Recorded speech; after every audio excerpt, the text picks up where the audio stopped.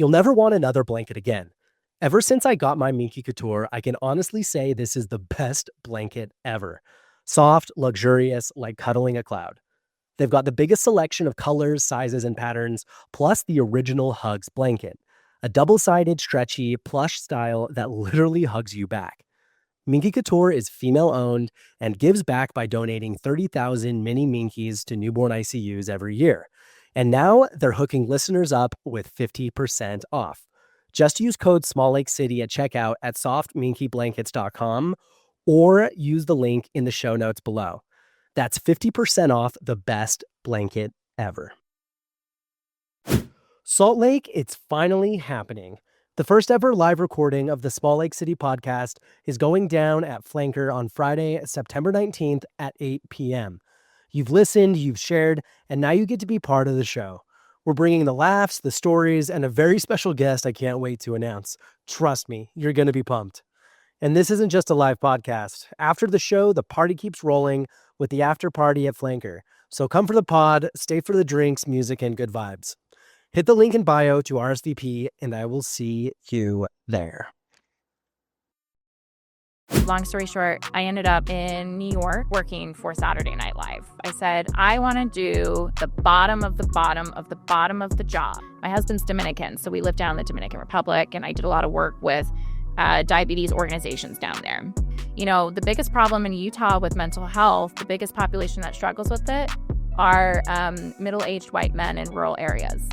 I'm onto something. Like, we've got to figure out this mental health situation that's everywhere. It's not just in Utah, because I believe Salt Lake City is the black sheep of Utah. To understand a black sheep, you really have to understand what makes him a black sheep. What is up, everybody, and welcome back to another episode of the Small Lake City podcast. I'm your host, Eric Nielsen, and this week's guest is Liddy Huntsman, a daughter of the once Utah governor, once ambassador to China, and presidential candidate Jon Huntsman Jr. Now, Liddy is her own self-coined black sheep of the Huntsman family, growing up here, moving to New York to pursue comedy, eventually joining SNL, getting married before moving back to Salt Lake. Now, Liddy is someone who's seen and loved this city for so long and is finally wanting to take it into her hands and also fall into the family business of politics. Now, she's starting with local community, especially around the area that she grew up, to help make it better and make this city a better place. But great conversation with her. She's someone I've known for a while. She was one of my sister's best friends in high school. So always someone that I saw around, but not someone I got to interact with a lot. So great conversation with us. Definitely one you're going to enjoy and hear more about how we can make Salt Lake a better place. I was just about to say it's okay, it's Friday, but it's actually Monday. No. So there we go. Well, that's not the most depressing phrase I've heard of today. I know. It's definitely been the most Monday of Mondays. Well, because there's even a long weekend for me, because I had, it was actually kind of fun. We had Visit Salt Lake through this content creator conference on Friday. Cool. And so I was like, I'll take off work for my always side work. Yeah. And it was fun because, like, I mean, to be completely honest, like, I usually hate going to those things. Yeah. Because it's usually people, I don't know, just like an energy I don't necessarily love. Yeah. But thankfully, one of my friends that I partner on a lot of content with, Jordan Schmidt, we've kind of realized we're like, okay, we both go to these things, so at least we have one other person. Yeah, exactly. But it was fun to hear from, like, Visit Salt Lake and hear about, because, like, it's such a unique perspective to look at Salt Lake of, like, how do we market this? How do we bring people here? Yep. Like, I never think about, like, how do I get more people here? Usually the thing everybody talks about is, like, how do we get the people? How do we get people out of here? Exactly.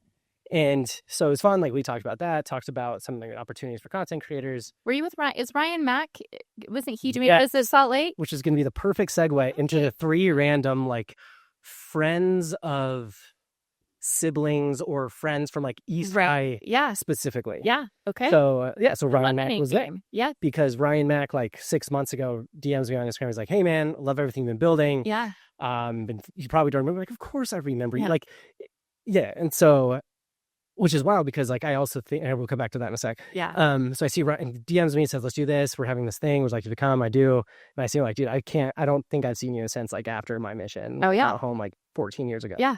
Yeah. So it's fun to see him, which was the first one that popped up. And then yesterday, similar to how we got connected. So last week I had someone text me, from a number I didn't have. I was like, hey, by the way, this is John Craycroft. I don't know if you know me or remember me, but our moms used to work together. Your brother's my friend. Like, yeah, it's unique enough of a name. And Parker Craycroft is good enough of a friend of mine where I'm like, yeah, I know. I forget the people I want to forget. But I remember the people that I want to remember. And of course I remember. And my memory is a blessing and a curse. Like I can remember everything. Yeah. Good and the bad and the ugly. But so I'm like, yeah, of course I know Parker. Like, let's hop on a call. So he talks about everything that his wife's doing, which is amazing. We're going to record pretty soon. And so it's kind of like wild. Like I texted my sister who works in medicine, because usually if someone comes to me, it's like, oh, and be on the podcast. I'm like, yeah, let's workshop with this a couple people first. Yeah. And I was like, I just talked to John and Melinda Craycroft. She's like, or Melissa Craig. Anyway, we'll figure it out. Do you think that'd be good? She's like, oh, absolutely. Yeah. So that was that one. And then you DM'd me and was like, hey, oh my gosh, I'm running for office. Yeah. Love the podcast. I'm like, yes, because there's a lot of things I do want to talk to you about, because it's like, it was like a very unique and niche experience in high school, having like John is one of my really good friends while his dad's the governor, living in the governor's mansion. Yeah. A lot of confused pizza drivers. A lot of confused pizza drivers, a lot of confused friends. Every time someone would be like, what's your address? 603 East South Temple. And they're like, all right, we'll be there. And then they're like, we're outside this like government building. I'm like, yes, that's my house. Come on in. Come on in. The highway patrolman will stop you. Yes. He will open up the gate. He will take down your name. Well, yes, they will do a whole pat down, everything, but it's fine. Come on in. We're having a great time. We had a great jam. We had a music jam in the basement. Yep. John's basement was, it was so fun. If the walls could talk. In that house. Well, and it's wild because like even just when, because I can't remember if they took out the bowling alley before you guys moved in. Yeah, they did. Okay. Or else we would have destroyed it. Yes. In a good way. Right. Yeah. Because I always remember, because we would always go downstairs because that's where John's room was. Yep. And he would have his band set up. Yep. But then you'd also have like a TV going, and it was always playing Travis Pastrana something or dirt bike. Always. And it was just so funny because like I remember there's probably at least 2 dances where, I mean, again, like the typical Utah, you have your before activity, you have your dance, and your after activity. My favorite were the after activities there. Yes. Yeah.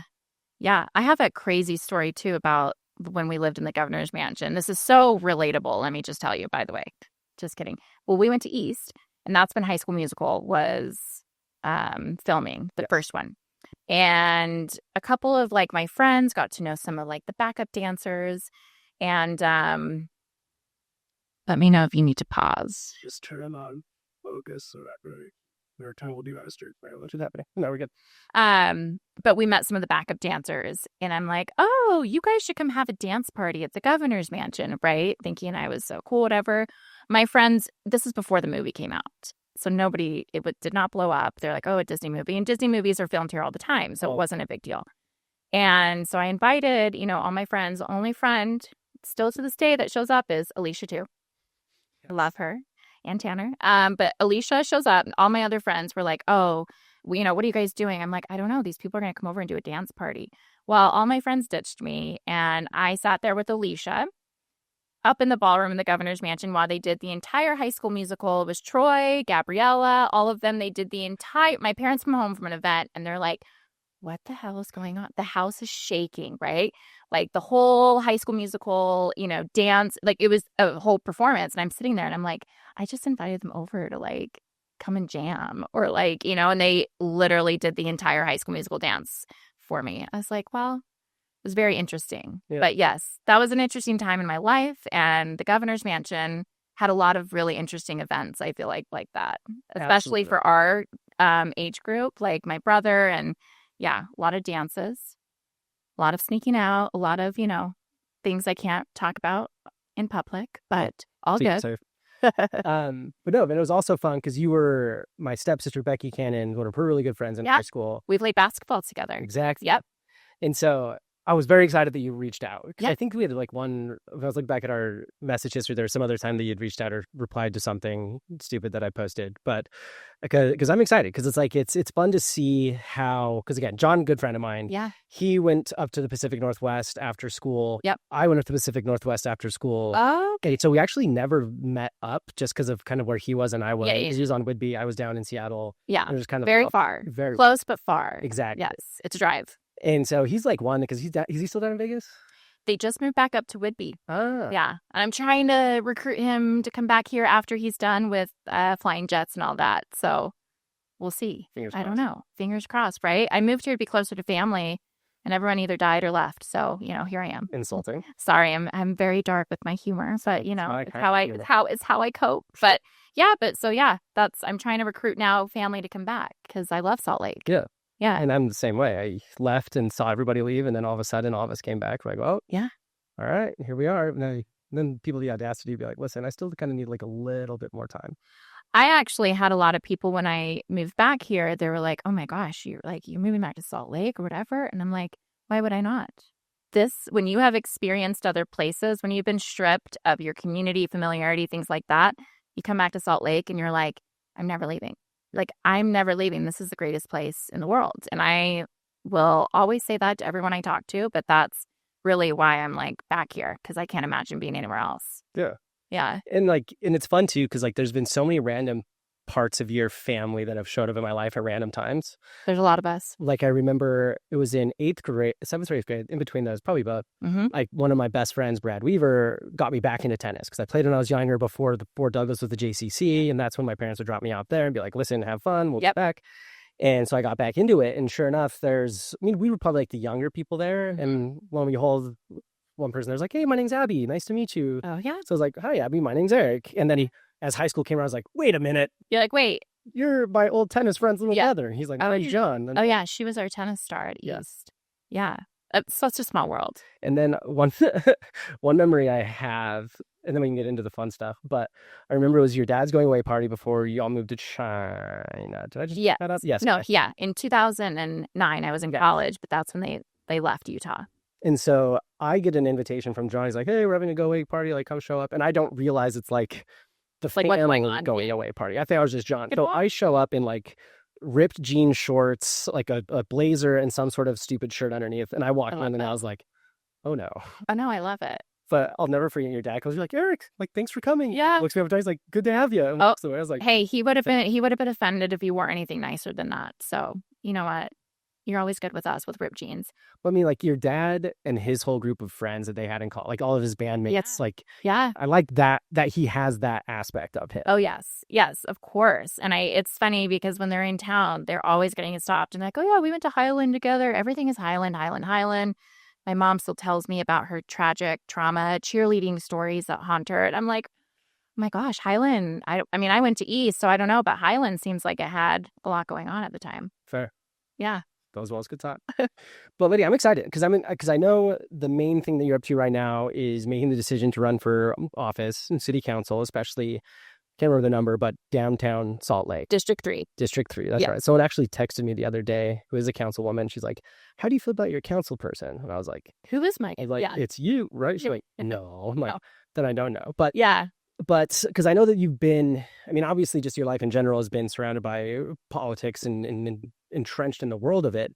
But kind of want to go back to even like those early, like, I mean, not even early necessarily, but like high school memories of kind of like when was like the first time that you realized like, oh, politics is a part of my life and I have a seat at something that most people don't?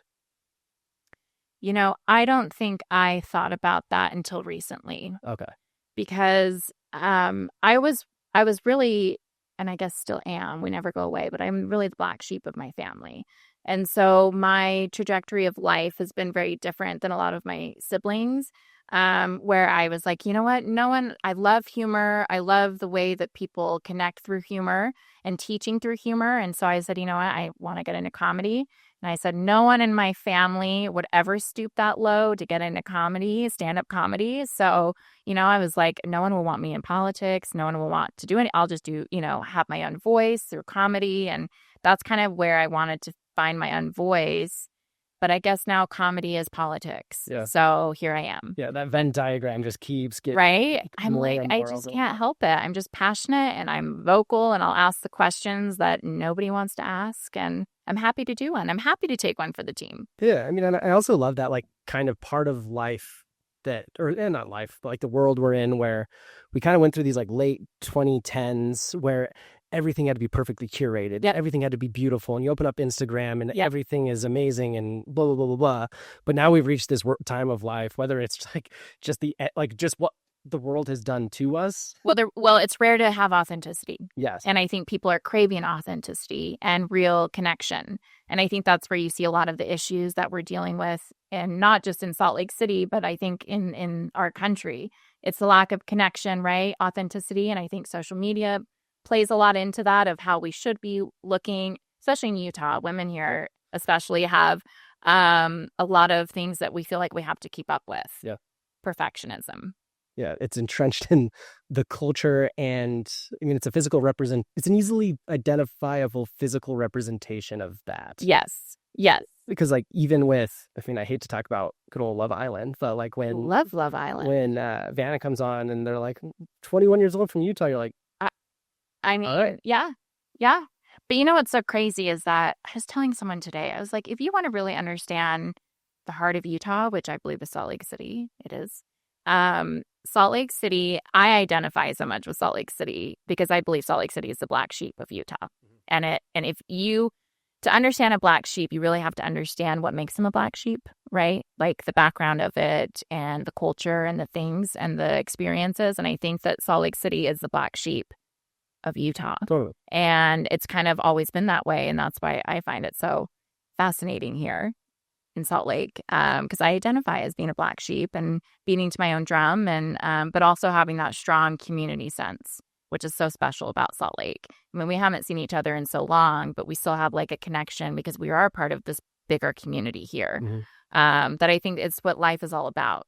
And I think when you travel, when you grow and mature, right, you think of like, what are the things that mean the most to me? For me, it's community, familiarity, like where do I belong, right? And everything has pointed back to Salt Lake City because this is where I'm from. I'm born and raised here, right? I fled the nest. I got to learn a little bit, but now I'm raising my 2 boys here. Yeah. So, which has been really fun.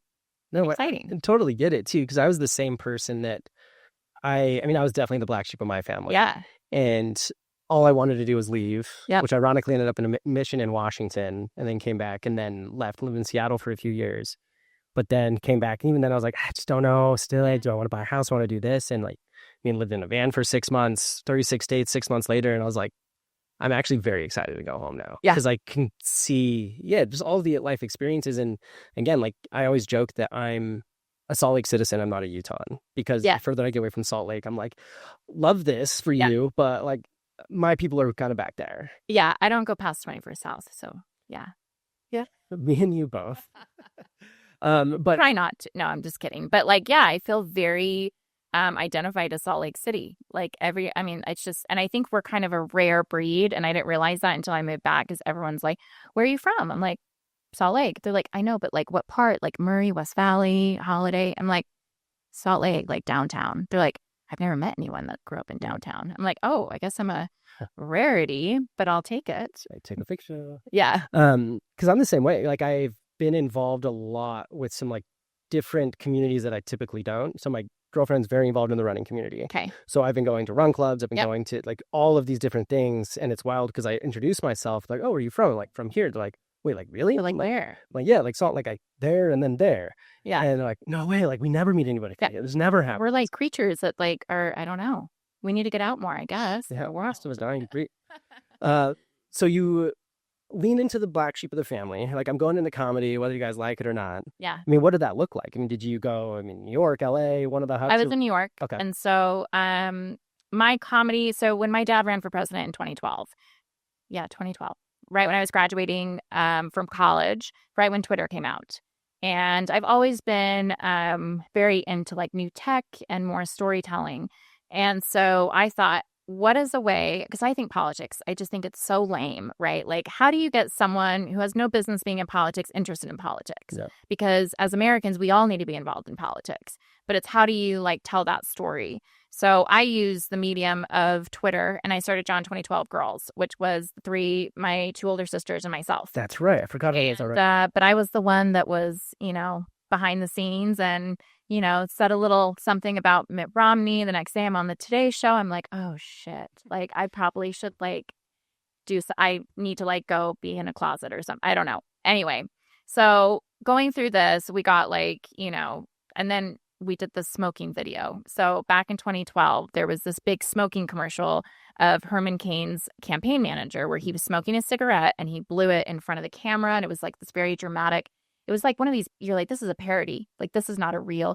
So I was like, I'm obsessed with Saturday Night Live. So I was like, we have to make a parody of this commercial. Like, we have got to make a parody. You guys, we have to do it. My sisters were like, absolutely not. Absolutely not. I was like, I'm going to write the script. Let's go. And we ended up doing it. And that's kind of what set us kind of going and kind of made us, I don't know, storytelling throughout the campaign. But I was in that point, had just graduated college. I knew I was always funny. I acted since I was little, but I was always like the fat girl in the corner making all the jokes. That's kind of how I framed myself, how kind of other people, it was just the funny girl. I didn't realize you could make a living off of comedy. Like I had no idea, right? It was like, oh, comedy, you can actually do that. So after my dad's campaign, I actually moved back here to Salt Lake. And I started doing radio with Jim DeBacchus, who was a former senator here. And I love talking current events, but also like I was missing that humor, right? Long story short, I ended up in New York working for Saturday Night Live. I was able to get an internship. I said, I want to do the bottom of the bottom of the bottom of the jobs because I want to figure out what I want to do. And this is when I was 23. So like the world is your oyster. Yeah. Like, I don't care. I'll do anything. So I went and worked on this film that Colin Jost was doing on his live called Staten Island Summer. Do not look it up on Netflix. Just kidding, do because my name's on it. But it's really funny. It's kind of like a super bad, but it was Colin Jost who is at Saturday Night Live. It was about his summer before he went to Harvard at like the swim club. And so I remember his autobiography. Yeah. So like it was filmed at his childhood house. And like, so I like lived in Staten Island. I was, basically busing. And they really did put you at the bottom of the bottom. Oh, I loved it though. You just sent you to Staten Island. I remember they sent me to Staten Island and I was like, I got in text and they're like, do you know how to drive a box car or a box cut with a truck? Yeah, box car, yeah. A box truck. Yeah. Yeah. And I'm a really good driver. And so I'm like, yeah, of course. And then like I went to pick it up and I was like, I cannot drive this. Are you kidding me? In New York City? I'm not doing this. So I had to do like bottom of the bottom and really realize that comedy was my passion. And whether it was to go on stage, I didn't think I was talented enough to go on stage. So I was like, maybe I'll go in like the producing route. So that's kind of how that happened. And then, life happens. I met my husband and got pregnant very fast and got married and started a life with him. And we eventually ended up in New York City. And that's where I went to comedy school. And then I ended up going to improv school. So for 4 years while we were living there, I was going from dive bar to dive bar, doing open mics and stand up and loved it. It's like such a part of me. And I've done it at Wise Guys and I love, but Utah's obviously a smaller network of people in the comedy scene. I mean, I knew everybody in New York because it's a smaller scene and you're literally just bar hopping every week, which I loved. But I think comedy for me, it's like a way to teach people things without, I don't know. I like teaching. That's what I do. So then I went and got my master's in digital storytelling because I love telling stories. Yes. And I think that people need to probably get better at storytelling because that's, I think, a big part of how you share a message, how you connect with people. My big thing is connection. Like we lack connection, right? So I worked for a company where I focused on friendships. So I studied friendships. What makes a friendship? Why are people friends, right? And for me, somebody came to me and said, hey, let's target moms to be friends. And I said, okay. But just because you're a mom doesn't mean I want to be friends with you. Yes. So we have one similar trait. We're going to be best friends. Right. And so I think that it's like, but you have to get deeper into why people connect. And so I was diagnosed with type 1 diabetes when I was 7. And I've been a huge advocate in the type 1 diabetes space, but more for mental health, because when you deal with a chronic illness, when you deal with any issue, right, whether you've gone through a divorce, whether you've gone through cancer, whatever it is, when you meet somebody that has gone through the exact same thing as you feel this like peace, you feel this like connection that you don't have to explain. And that is so powerful. I think it's the most powerful emotion that anyone, and I share this story all the time. So when I was in the Dominican Republic, my husband's Dominican, so we lived down in the Dominican Republic, and I did a lot of work with diabetes organizations down there. I went to this little meeting. It was in this like dirt, no electricity building. Went in. My Spanish was not great at the time. And I sat there in a group of families in the DR, aging from like 2 years old up to high school. And every kid in there had type 1 diabetes.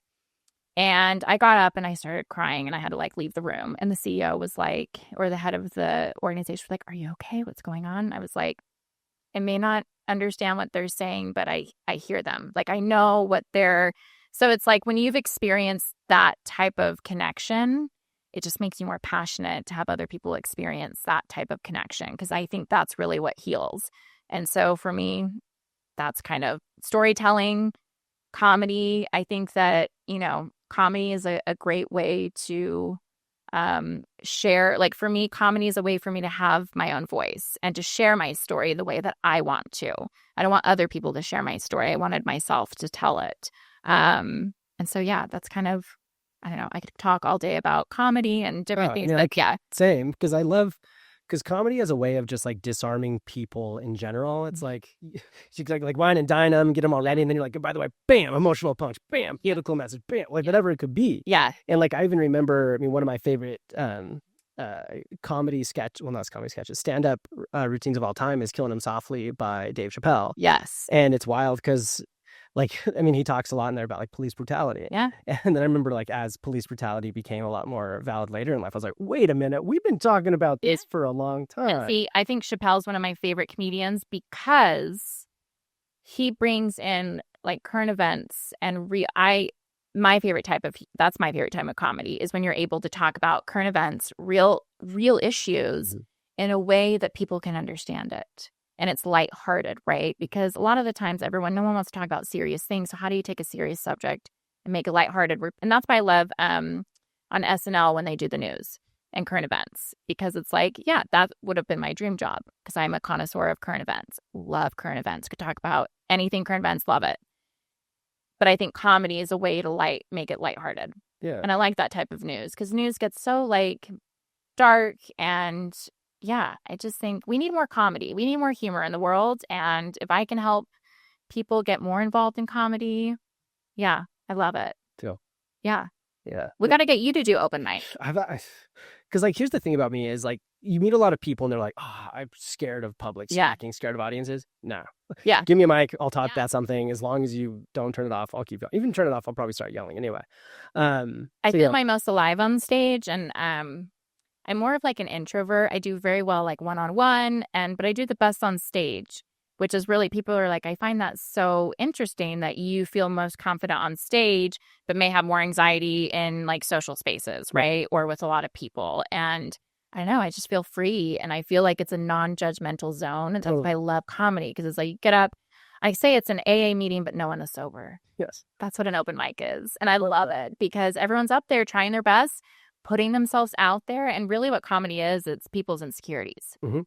Things that make them uncomfortable is how they cope with it and how they talk about it. Oh, yeah. So that's how, like, for me, I talk a lot about, like, my upbringing, right? Or being married to someone from another country and a different culture, right? And things that were harder for me to kind of, go through. Like, I was like, you know what?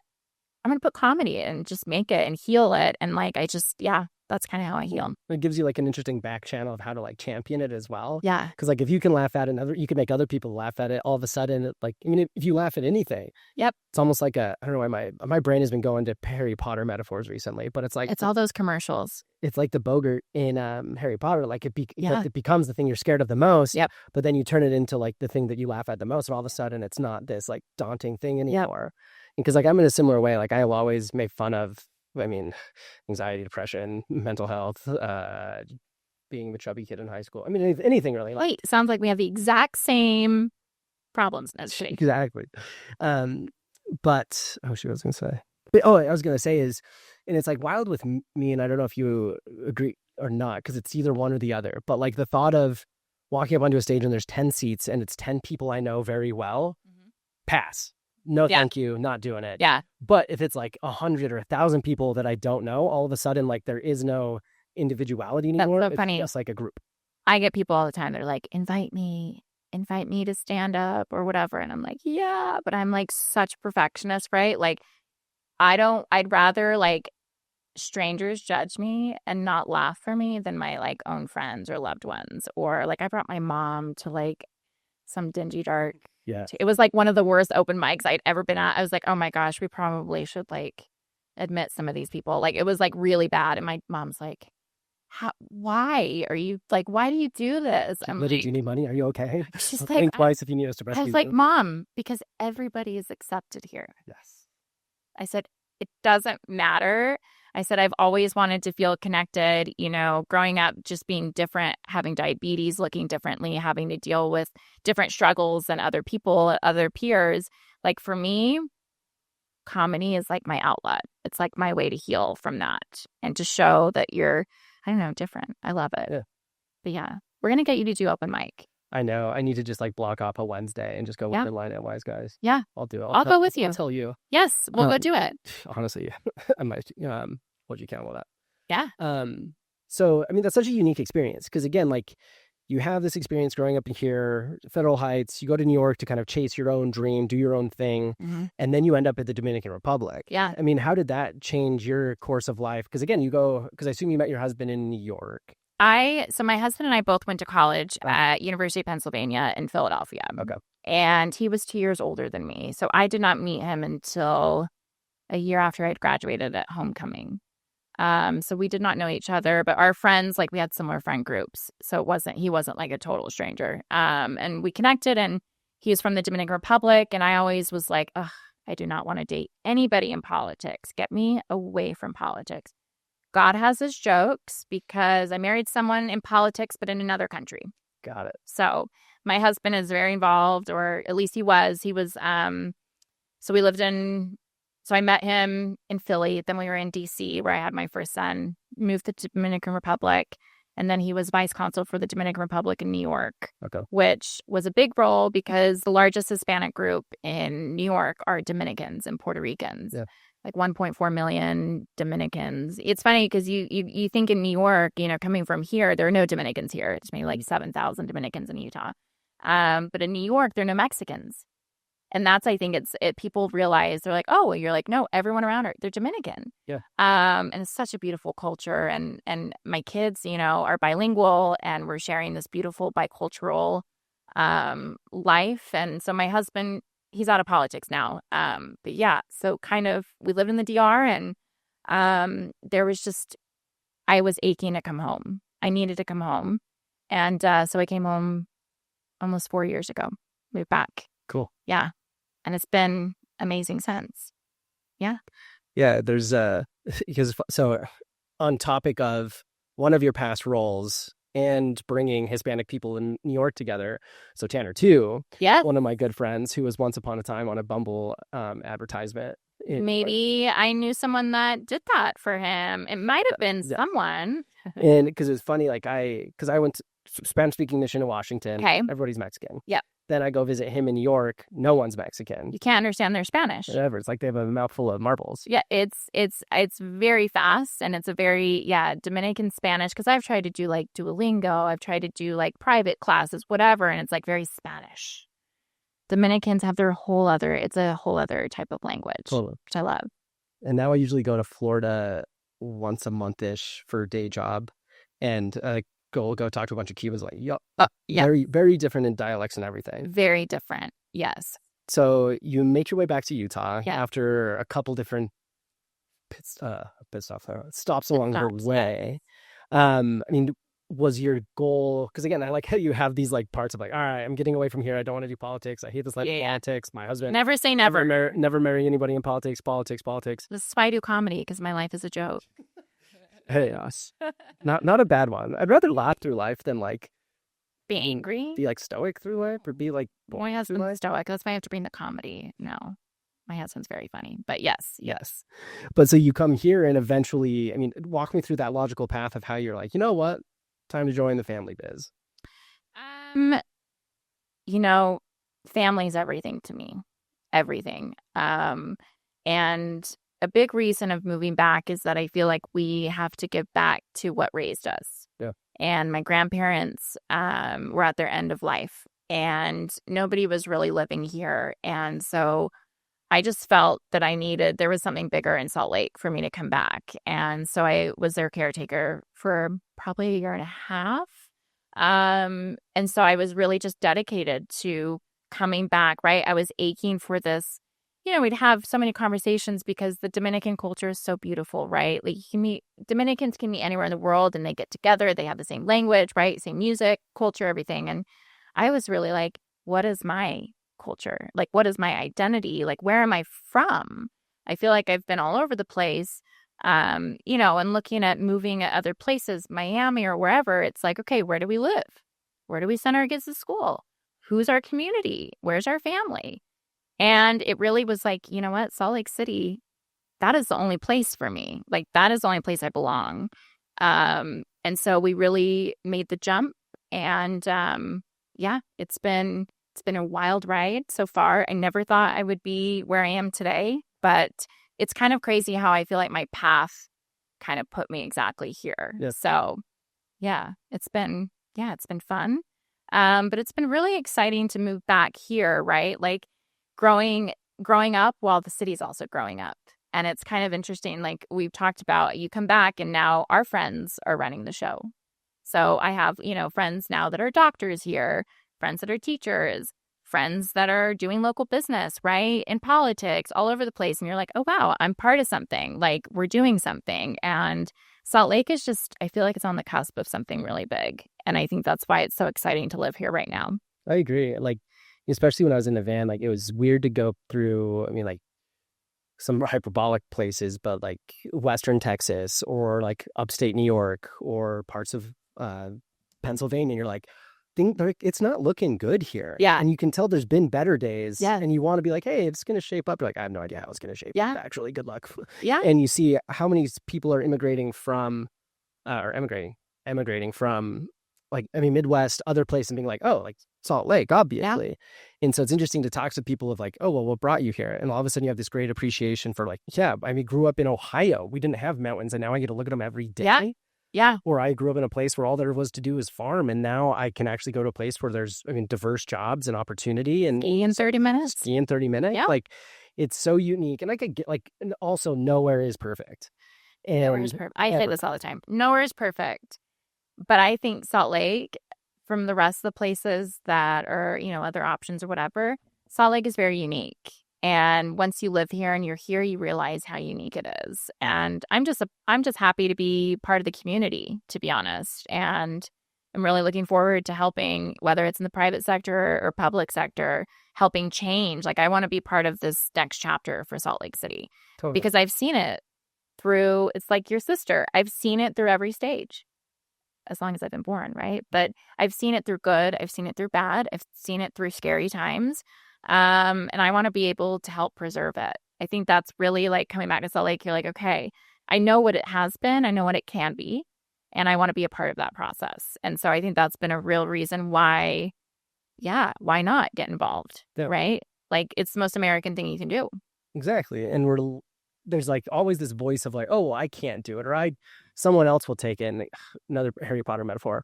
So, because like there's always these moments I run into and like talk to people where they find themselves into this moment. And thankfully the podcast has given me that opportunity. But there's all these times in life you look around, you're like, well, someone's going to take care of it. Right. Like someone's going to do this. And it's just like in Harry Potter and the Prisoner of Azkaban, when Harry's, after they've taken the time turner and gone back, he's like, hey, my dad's going to show up. He's going to catch a Patronus, right? Cast a Patronus. He's going to save all of us and everything's going to be fine. He's like, if he's coming, he's coming. Yep. Like, never mind, it was me. I'm the one that had to do it. Yep. And it's so interesting looking like zooming out on Salt Lake over the past 20, 30 years. And you have, the Olympics, you have all of this mass growth. This emergence of Silicon Slopes, this, hockey stick of entertainment and travel. And potential MLB. Exactly. You see all of these things happening. And like talking to some people, especially like I've been talking to a lot of people about like Sugar House and how it's changed, like because I've seen like the buildings change. Of course, I didn't understand because I didn't have the context or knowledge or like able to participate in the community in a meaningful way when I'm that young. But like hearing from their perspective, especially like talking with Chad Hopkins, where he's like, oh, it used to be kind of this like underground grungy place, and then the Olympics came, they developed all this money into it, all these chains came. And then they kind of kept developing, and then now they're kind of phasing their way outside of, the like real estate developers, but everything else really there now is more or less like local things. Yeah. And so in the same way, we have this other opportunity, the Olympics is coming back, where it's like, okay, we learned something from there. We learned, we need to have a freeway. We need to have all this other infrastructural change. We don't need all these community spaces. And so I'm curious that we have that springboard looking forward, that we can start to make better decisions and face all of that. But then also on like the more granular side of things, I mean, it's interesting to talk to so many people about it from, like Mayor Erin Mendenhall, and then talking like Preston Cochran from Other Side Village, and talking with, like Missy Grice and all the work that she does. I mean, the list goes on and on and on, because so many people are so likely to point their finger at one person and say, things aren't great, it's your fault. Yeah. And then if you pay attention to the problem, or if you actually like are willing to scratch under the surface, you're like, oh, that's much more complicated. It's much more complicated. It takes a lot more people working together than we think. Yep. And so when in reality, we like to poke at these things and say, oh, it's someone's fault, or like just to have one person it's to poke easier to at. complain than do something about it. Exactly. And so when you can instead be like, all right, we actually need people who are going to work together towards a common goal, because synergy we is need so to work real. together, and majority of things getting done is getting the right people in the right room. Right. That's all it takes. And I'm realizing that now, being here in Salt Lake and trying to get my things done and what I'm passionate about. And, like I'm very passionate about law enforcement and like Salt Lake PD, right? Like everyone wants to point at them for what's happening downtown, and they can only take so much, right? Because they're only there to help with the law. They're not there to help with mental health services. They're not there to help with homelessness. So, you bring up a really good point of like, it's easy to just point at someone. But once you start digging, you're like, oh, wait, it's not just one person. It's like multiple entities and different things so that's where, for me, I'm like I love puzzles. And when I see like a missing piece, I'm like, are you a New York Times puzzle person? Yes. Okay, yes. So like, it's hard for me to be like, sit back, right?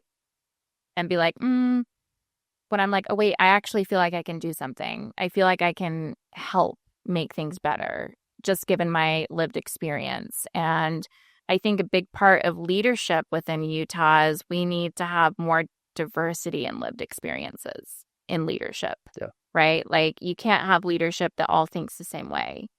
No community thinks the same way. No community has the same person all in the same row, right? So it's like, how do we make downtown more diverse with lived experiences, and how do we bring lived experiences to make a positive impact in growing downtown in a thoughtful way?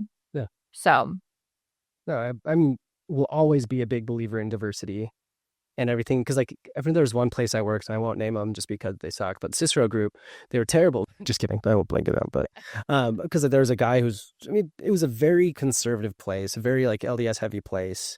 And there's a lot of like, we want the smartest people. I'm like, A, you don't realize the subjectivity in that word. Yep. And then B, like if everybody's thinking the same, then everybody has the same blind spots. Everybody has the same biases, and the problems continue to conflate on top of themselves. You're only able to cater to one audience when you have such a small frame of mind and not other experiences. Yeah. And like, I can't think of the type of research it is, but it's,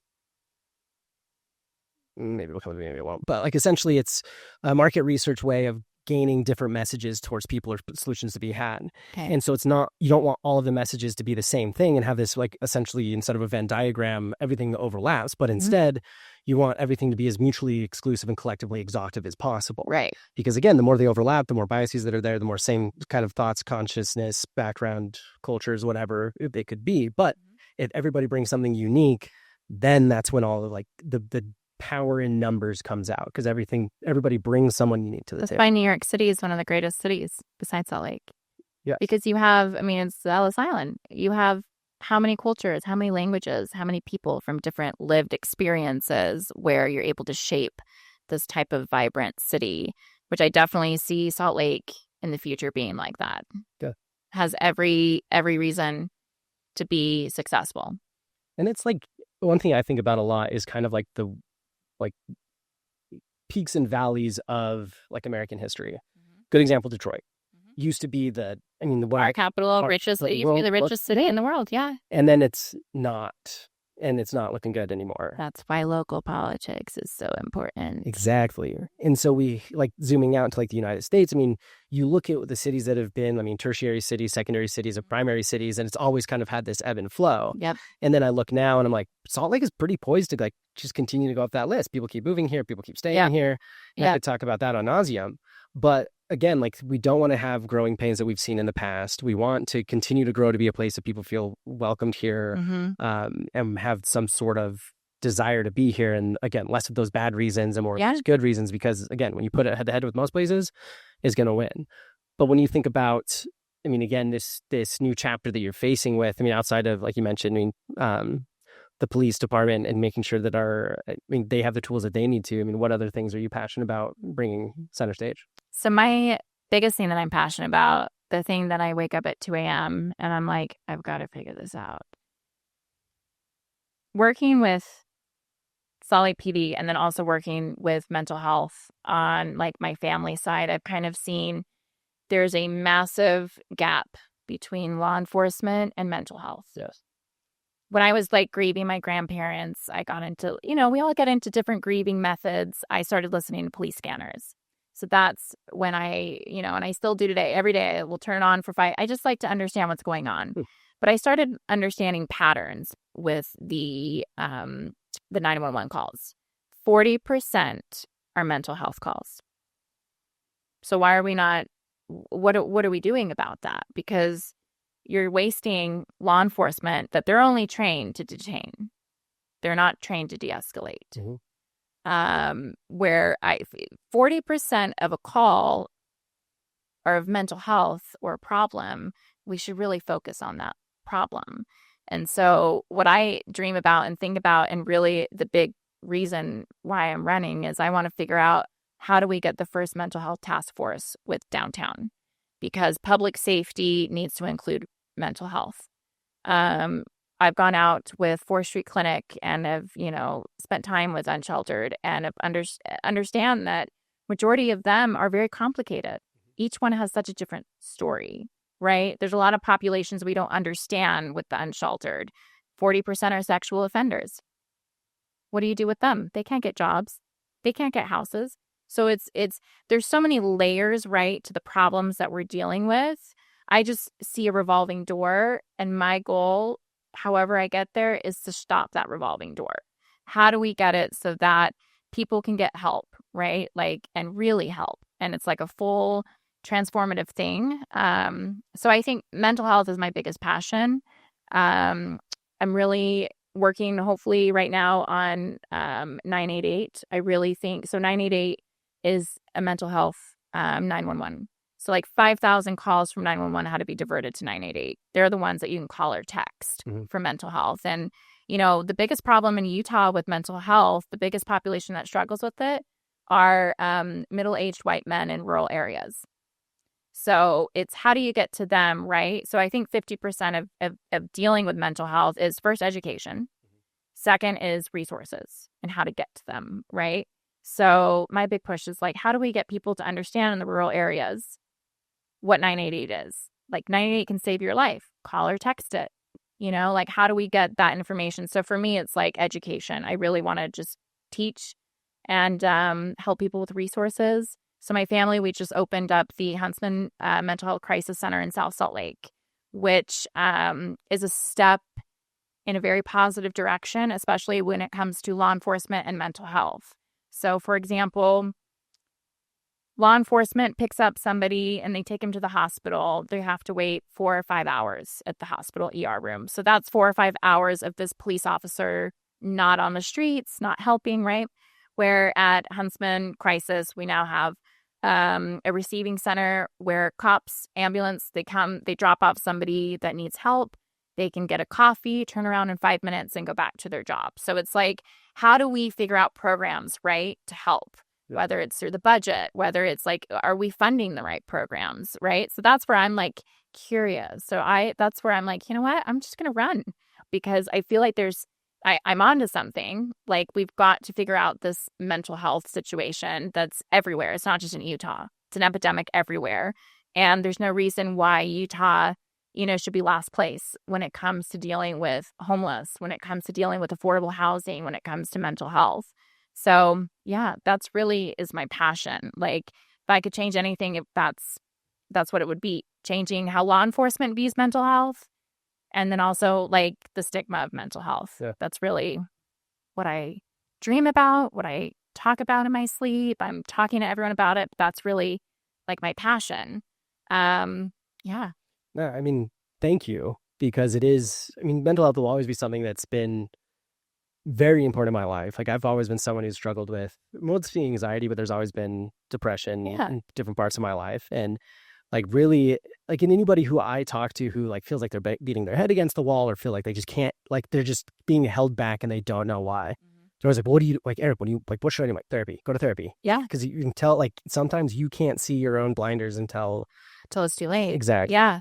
And like, unfortunately, I've also had like a lot of friends pass away because of mental health issues, mental health battle. You know, you're my brother and one of your very close friends. That was the first person that I knew in high school, Bueller. And that was really the first time that we had really dealt with something like that, right? And now you see how much it is, you know, it's still becoming an epidemic. Yeah. And so I think for me in community building, like what is a community without mental health, right? Like we need to educate schools. I have 2 boys in school. We are severely lacking in mental health education and resources in elementary school. Yeah. And that's where it starts. And like going back to your point of like community being so important and how it dovetails so well with mental health. Because for me, like mental health, in order to, I mean, I like what you were saying earlier about shared experiences, especially the more niche and nuanced that they are, that creates an instant way to have connectivity with people. I mean, like, for example, just in Utah, like, I mean, I've gone through my own faith crisis from the Mormon church. I'm a divorced person. And as soon as I talk to a person about either one of those, and there's like a couple boxes, as soon as they check, like, cool, you get it. Like, thank you. Moving on. I don't have to share my story. Yeah. And like, unfortunately, like not a lot. I don't know why I think about it a lot, but it was the old mayor, governor, someone else decided to be a homeless for a week. Yes, that was Ben McAdams. Yes, Ben McAdams. And like, I always think about that of like, could I do this? Like, could I actually, or would I? And like, the short answer is we shouldn't have to, but we can still try to understand these people, see where they're at, understand these stories. Because again, like to your example of like the police scanner, the more time you spend with things, the more you get exposed, you start to put these patterns together and understand what's going on to the point you're like, hey, we're doing this wrong. Correct. And how do we create the system or update the system in a way to help it? Because I live in Marmalade District, and I take my dogs to my district. Great district. I used to live on Almond Street, right there. Great street. Yes, Marmalade. I'm like I'm technically right on 3rd West. Okay, but take this out. But like new townhouse development, right? Like little bar. Yep. So I go to Warm Springs Park all the time. Yep. One thing that's nice is nobody cares if your dog's off leash because there's a lot of everyone's off leash over there. I'm gonna keep using that. Thank you. And like, because I like, don't get me wrong. Like, if I ever feel like, thankfully, I'm a person of like larger stature, so I never feel like scared. Like, I never feel intimidated or anything going through there. Yeah. But I never feel like I'm in danger again because I used to live in Seattle. I've seen it all to be like, yeah, he's just having a minute. Like, it's how he like charging at me. It's not about me. Right. But at the same time, like you see the signs of like, man, it is such a mental health issue and not like a crime. And like so many people get so. I mean, it's like dehumanized. Like you should be like, why can't we just get rid of them? Why do they have to be here? Why like? Excuse me, like the language you're using is kind of insane. And the only way a lot of people do get that, empathy really, or even sympathy is because they like have a family member go through it or a sibling go through it. Because it's all about connection. It's all about connecting, right? And that's why I love going out with 4th Street Clinic. And then I also love going out with police because it's like I want to see both sides of the story because to fix a problem, for any problem, you have to understand both sides of the story. Yeah. So, and I mean, the unsheltered, the homeless in Salt Lake, I mean, it is a massive mental health epidemic. And fentanyl is not getting cheaper, right? So there you have a lot of these different issues. But I'm very impressed with our new chief, Chief Red. He, for example, pre-academy kids that are coming in, usually they have a couple months before they get their badges and there's nothing really for them to do. Well, now they're going to be able to go and work at homeless shelters, mental health places, community, just to get like their eyeballs on like the other side of it, right? Like, how do we treat these people when I'm arresting them? How do I, so I think that that's a big part of it. And I'm, really excited to be a part of changing law enforcement and how they are viewed, because at the end of the day, they are the lifeline to our community. If you get home and your house is broken into, who are you calling? The police. If you have someone has a heart, who are you calling? The police. So it's how do we strengthen that part of the community, right? Whether it's helping them re-educate, maybe it's, focusing more on mental health, right? Because, the largest mental health institutions in the country are where? LA, LA jail and Rikers Island, which are both jails, correctional facilities. So there's clearly a mental health component to it, right? So it's how do you distinguish between someone that's a criminal and someone who is going through a mental health crisis? So They've got to be triaged before, because again, like, we need the police to do their job and can't do their not job. Right.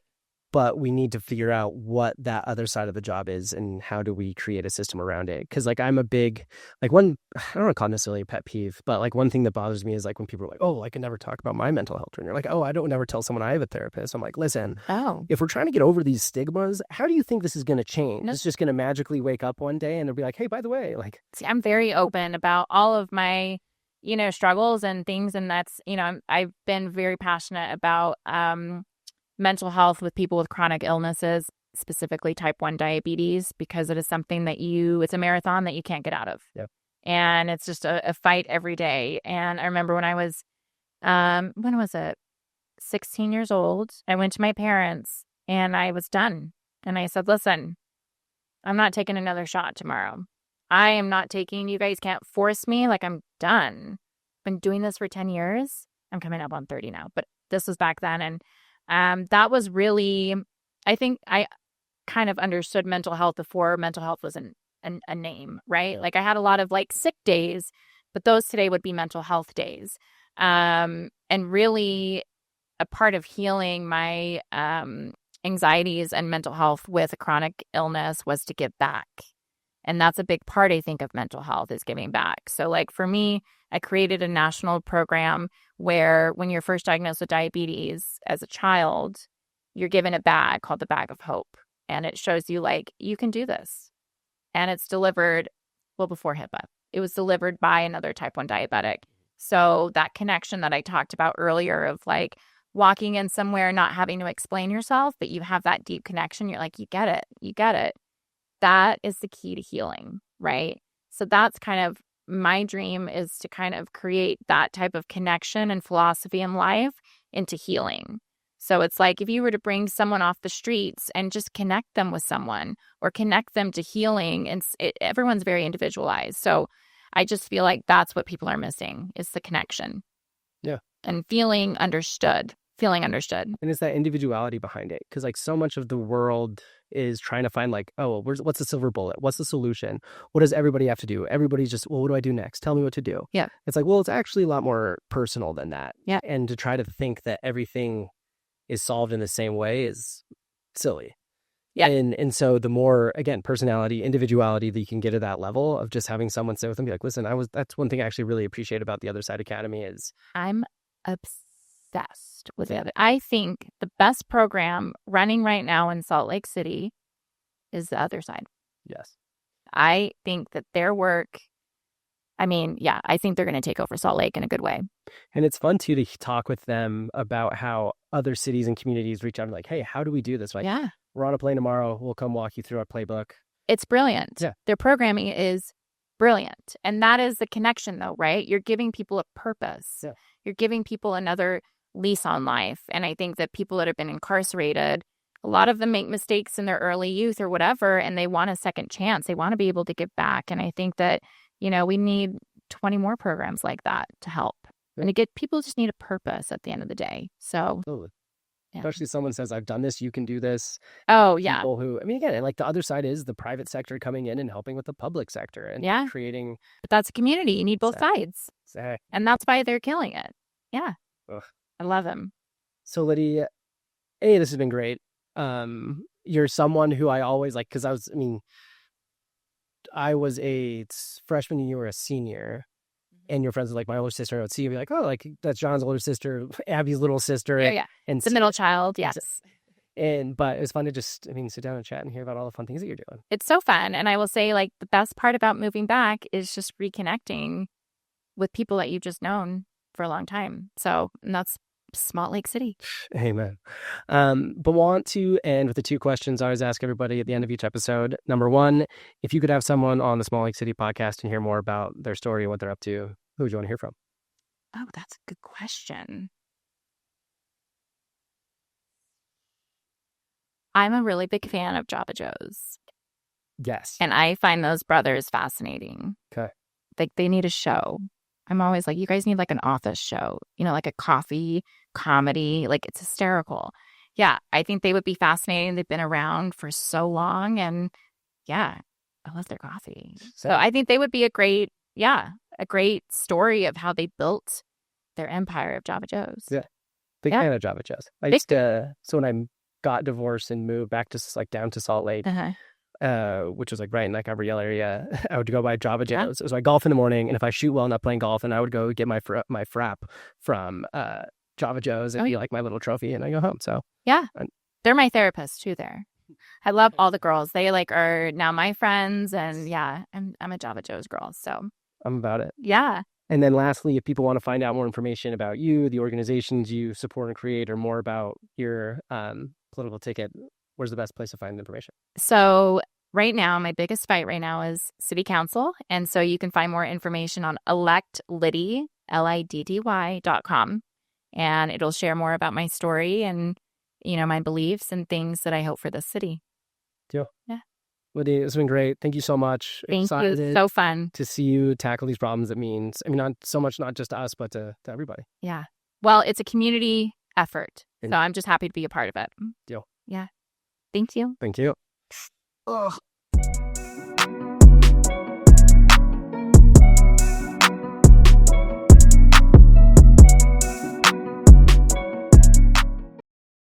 Thank you so much for listening to this week's episode of Salt Lake City Podcast.